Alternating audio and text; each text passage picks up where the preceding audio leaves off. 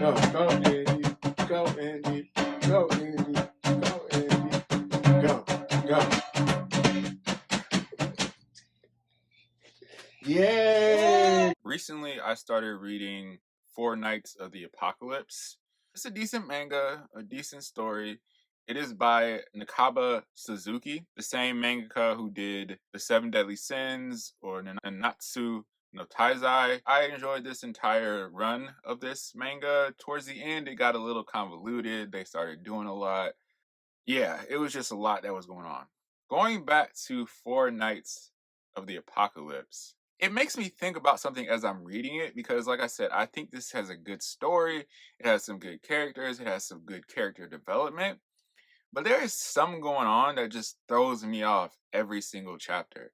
And I'm almost conflicted reading this manga. Very conflicted. A similar inner conflict to realizing what Terraformars actually was and actually enjoying it. A similar inner conflict to seeing Super Alloy Darkshine, even though I think One Punch Man is one of the best mangas out currently. It's a similar conflict to some of the stuff that you see done with Tornado of Terror in One Punch Man. Just some of the actions, some of the way she's drawn. It throws me sometimes. So I'm having this same issue with reading Four Knights of the Apocalypse. And what I'm talking about is fan service. I think the Seven Deadly Sins did fan service. And as I think back about it, it did a lot of fan service. A lot of fan service. To the point where if you look back at it, to a lot of people, it could be seen as problematic. And that would be understandable.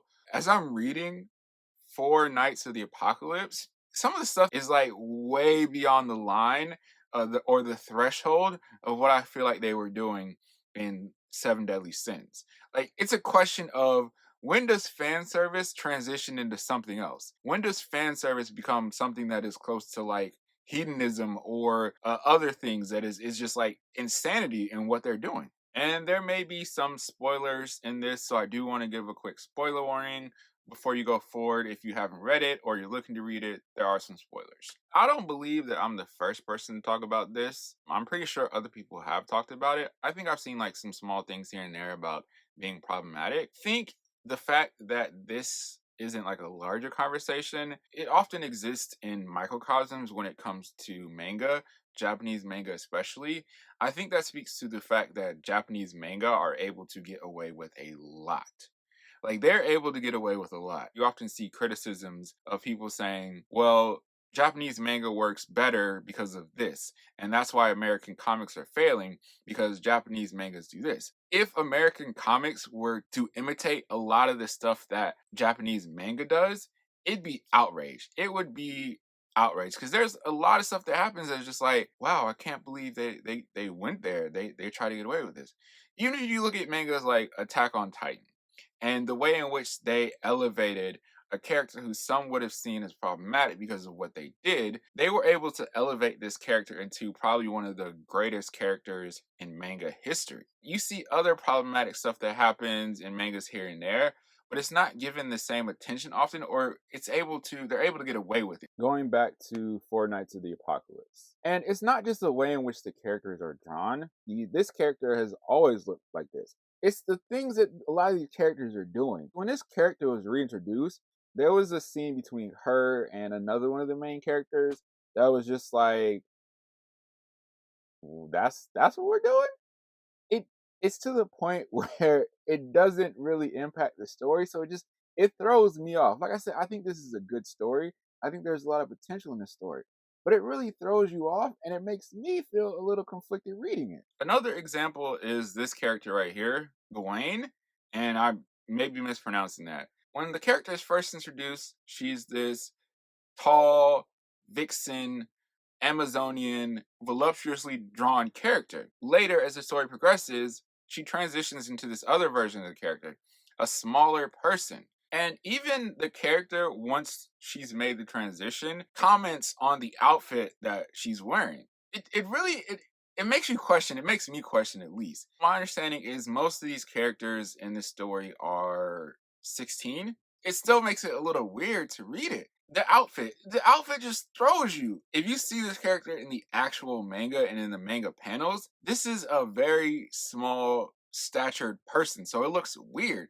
It's like a childlike person. So it's very kind of conflicting to read. Is this going from fan service into something else? And this seems like something that mangas are just able to get away with. Going back to it, it's not just the way in which the characters are drawn, it's the things that they do as well. Because this Gawain character, even though it's a small statured person, or a childlike person, this is like a lecture. There's lecherous qualities and things that this character does throughout the story. So then there are two moments that really lean into or go over that line of what is this? Like what is this?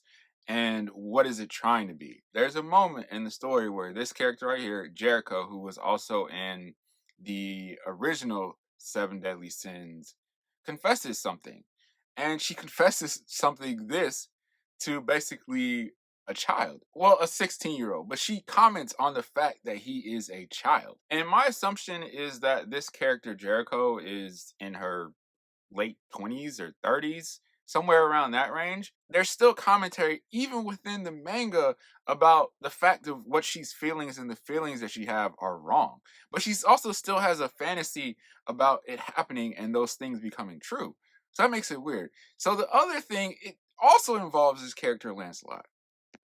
So it involves Lancelot and this character Guinevere, and Guinevere seems more like a child than anything else or anybody else in this story. The moment is just like this moment that when I read it, I was like, wait, what? And that was this right here. And it threw me. It really threw me.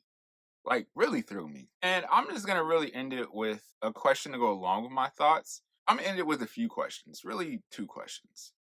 One, is there a discussion about this manga going over the line, going too far, the fan service becoming something else? And is this problematic? Or have we gotten to that point where we're just kind of like, this is manga or this is anime and this is just what they do? This is how they operate. These are the way in which their stories often exist. Where do we draw the line? Where do we separate certain things? I'm just wondering. I think this is a decent story. I think there's a lot of things that happen in this manga that are just it's throwing me off. It's conflicting to read. Or maybe I'm overthinking, maybe I'm thinking too much. I'm just wondering what other people think about this. What are your thoughts on it? Have you been reading Four Nights of the Apocalypse? If you have, what do you think about it? Is this like just it is what it is? Is there worse stuff out there? Because I've seen people have conversations about Fire Force and the fan service that it has.